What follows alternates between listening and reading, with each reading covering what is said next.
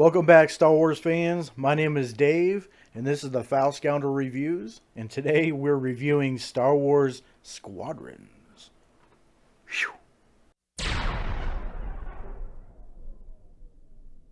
Right out of the gate, you start out. You can pick your modes. You can pick a fleet battle. You can fleet battle with the AI, which is against you and another squad, and you have to take out their capital ships. Or you can just dogfight, which is really cool. But practice mode is where you should start because there are a lot of options to go through. But let's start with the ship. You can customize your pilot. Now, the customization for the pilot faces, not super great. You have these kind of generic templates you can pick from. You have generic templates for voices you can pick from for emotes and chat and whatnot. But where it really shines is its authentic customization. There's authentic options for fighter pilot helmets. You can find helmets for everybody in here. There are helmets, there are nods to stories from books from Star Wars. I'm not going to give anything away. I just want you guys to play it. You're going to love it. And from movies. Yep, as you can see, there's a few helmets you'll recognize. You have Wedge Antilles. You have Jack Porkins, Biggs Darklighter, Derek Hobby. Yeah, there's a few favorites in there. Luke Skywalker, of course. I mean, you cannot have a game where you're flying an X-Wing fighter or any other Rebel fighter and pilot it and customize the pilot and not have Luke's famous helmet. But it is really cool. There's a lot of other custom helmets in there, really cool looking, and you can purchase them through the credit system that they have that you earn in game, not purchase. There's nothing to purchase with real money in the game besides the game itself. So, great job. But the credit system is for things, for milestones being met and for challenges being met that you see through the seasons in the game. Because every season there's a set of challenges. Every week there's a set of challenges, and you get to rank up through the season, which is really cool. And the higher you go, the more rewards you get. So, let's say at the end of the season, you have reached the rank of like Republic Hero or Ace. There are certain helmets you can only get by getting those ranks. And it doesn't cost you anything, you just have to rank really high in the game. So, I have yet to get those. But moving on, there's a lot of options for cosmetic flight suits. You can have just about any color X-Wing pilot, Rebel pilot, I dare say, flight suit. There's engineering suits you can wear. You can dress as a scoundrel. You can dress as a racer. I think it says like a galactic race pilot. And also your ship itself. There are different skins. Some skins give it the different squadron colors, like red squadron, blue squadron, gold, so forth and etc. You can also make it look like it's all rusted out. You can give it that force glow, which is really cool. Looks like something out of a Tron movie. And there's a nod to the movies themselves. Like there's a skin for the X-Wing that makes it look all moss covered, like Luke Skywalker's X-Wing coming out of the swamp on Dagobah. And in the cockpit itself, you can have holograms of Princess Leia. You can have holograms of galaxies. There's a lot of options to pick from. There are dashboard miniatures you can have. There's a Jawa, a couple of Jawas, and a Jawa Caravaner. You can have a pod racer, snow speeder. There are all kinds of dashboard ornaments you can have. You can also have things hanging from your cockpit, like you would hang something from your rear view mirror in your car. You can have, like I have dice, Han Solo's dice from Star Wars, really cool. You can have a Kyber crystal, or pretty much anything in the movie that was a trinket. Movies, I should say, you can hang. Now, the ships,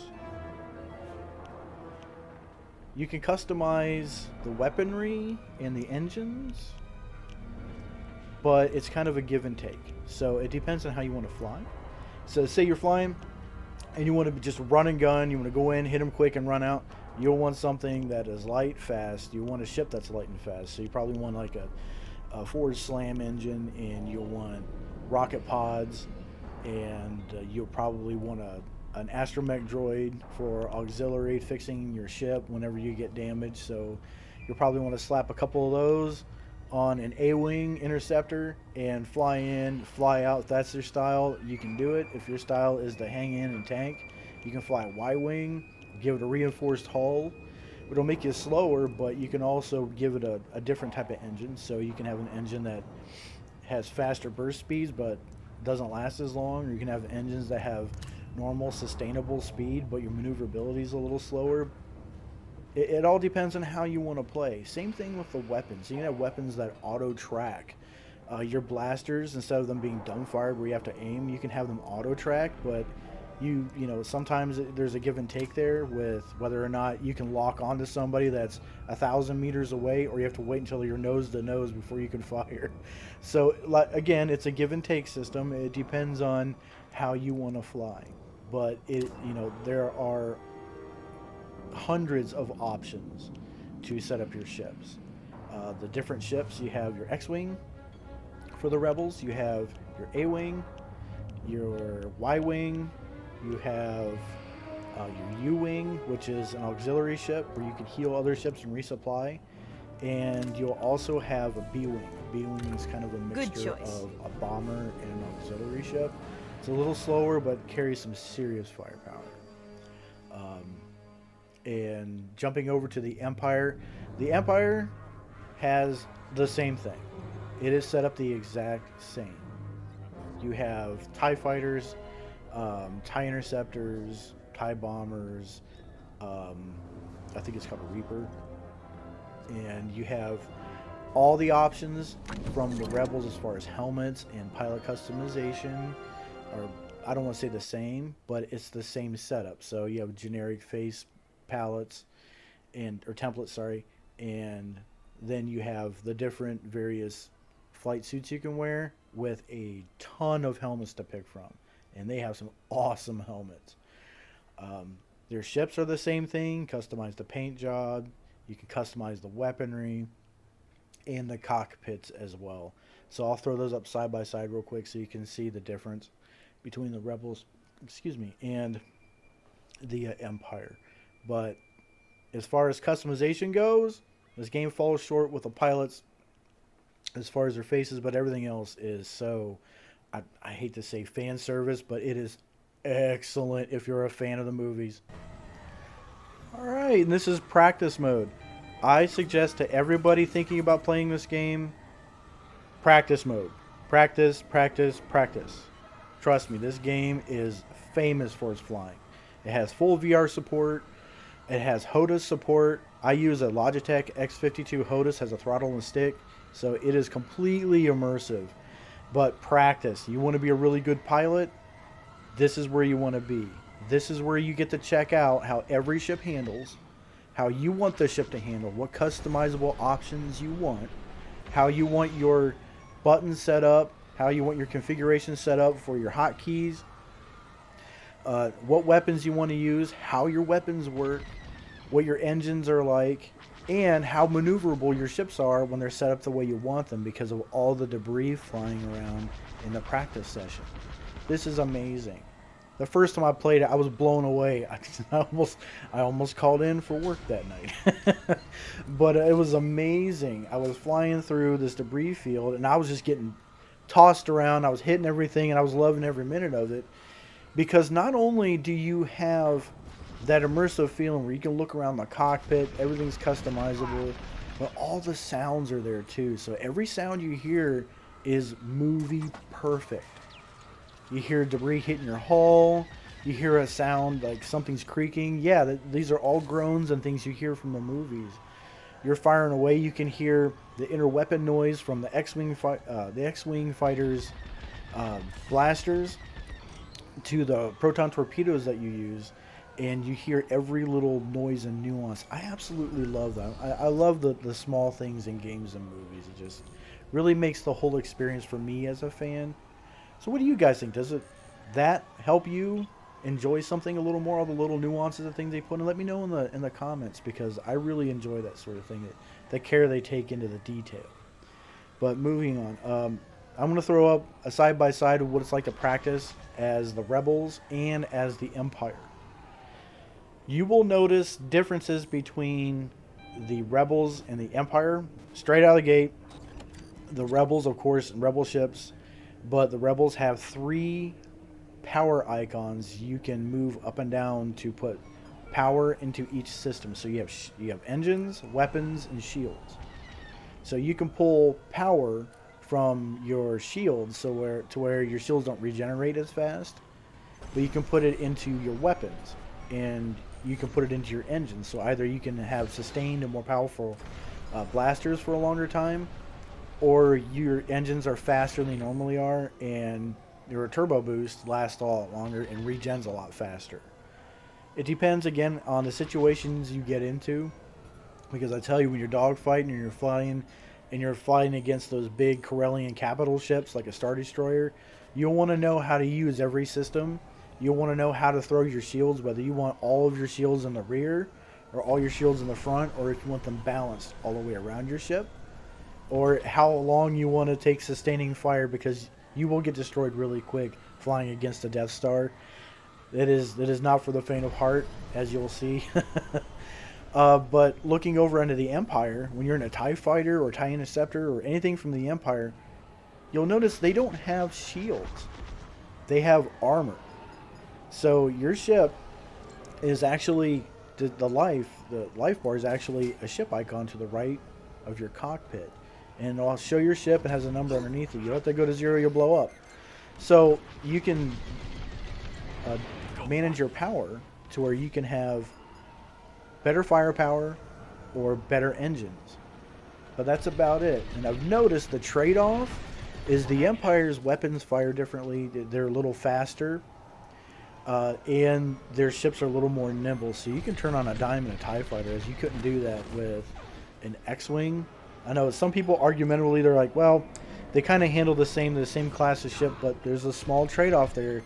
If you fly correctly, you can outbank an X-Wing fighter in a TIE Fighter and take them out really easily. But you'll figure that out. The game is super intuitive. When you're flying, you're throttling up and back and forth, you'll see a little bar in the middle. Whether you're flying a TIE Fighter or an X-Wing or a Y-Wing, there's a little bar in the middle of your throttle that'll light up. That is where you're most maneuverable. So key point here, if you're maneuvering, you're dogfighting, make sure that throttle is stuck in the middle and the little bar lights up. That is where you're most maneuverable. Yeah, you can most definitely tell, especially when you have like an interceptor that is super fast, and you hit that, and all of a sudden you're just outmaneuvering everybody like you're driving a Honda Civic against a station wagon. It is fantastic. Definitely worth checking out. This game does retail about $9 now on the PlayStation and Xbox Marketplace, so definitely worth it.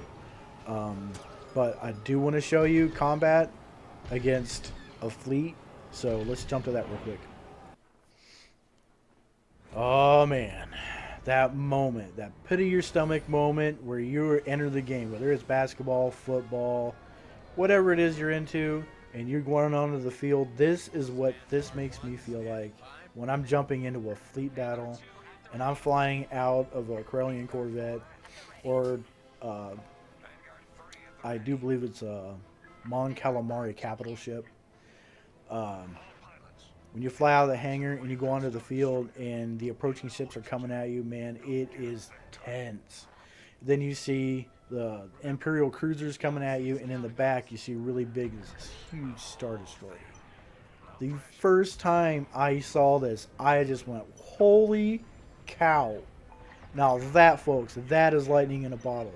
If you're a Star Wars fan, you're a Star Wars game fan, movie fan, even if you don't like gaming, you need to do this at least once. Put on a VR headset and go, what? Man, depending on how you fly, you'll last seconds or minutes. Star Destroyers are no joke. You fly up against a Star Destroyer, you have to go in under the shields and take out its auxiliary systems, its surface guns.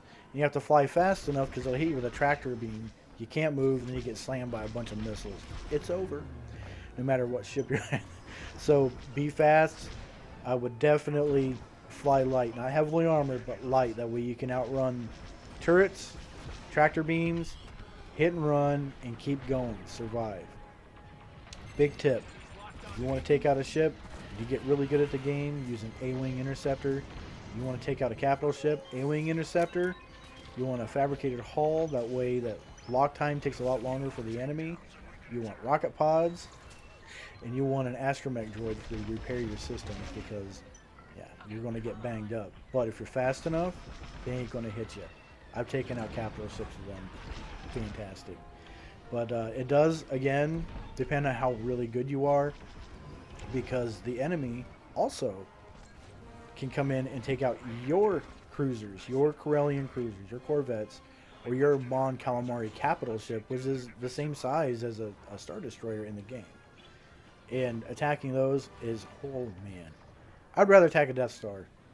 At least it's easier to pick out where all the weak points are. On a Mon Calamari ship, it looks a little more biomechanical looking, as it did in the movies. And it's just, it's harder to pick out where the weak points are. But in this scenario that you're seeing right now, it is the Rebels against the Empire, and I chose an AI battle because this late at night, it is the most difficult thing to find a game, and that is the drawback for this game, folks. There is not very many people playing it. I wish there were. This game is fantastic and worth every minute and every penny that you put into it. It did die a little faster than I was hoping, but it wasn't marketed as a major game. When it first came out, I think I paid like $29 for this game day one. So it wasn't marketed as a full game. It was more marketed towards an arcade style shooter, which this is not. This is a fast-paced Star Wars flight sim where you're going up against the capital ships and enemies from the movies, and it is just like the movies. There's ships to maneuver around in and out. There are enemies to take out. There are base ships to take out. It is phenomenal, folks. If you're not playing it, you're really missing out. So what do you all think? Is this game worth picking up in 2022? In my opinion, it is. Whether you're playing online or you're hosting a game for your friends, or you just want to take on the AI, there is plenty to do. There's so much to be enjoyed out of this game still today, and I'd like to see it come back and be a little more popular, because playing against other players is where it's at. Ranking up in your season events is fantastic, and I know there were tournaments that were held, I think last year. I don't think they were held this year, but the players got together and had tournaments. It was fantastic. But yeah, tell me what you all think. Is it worth picking up? Is this your kind of game? Is it too complicated? Is it too simple? Well, whatever the case, if it's from a galaxy far, far away, you're never far from a good time.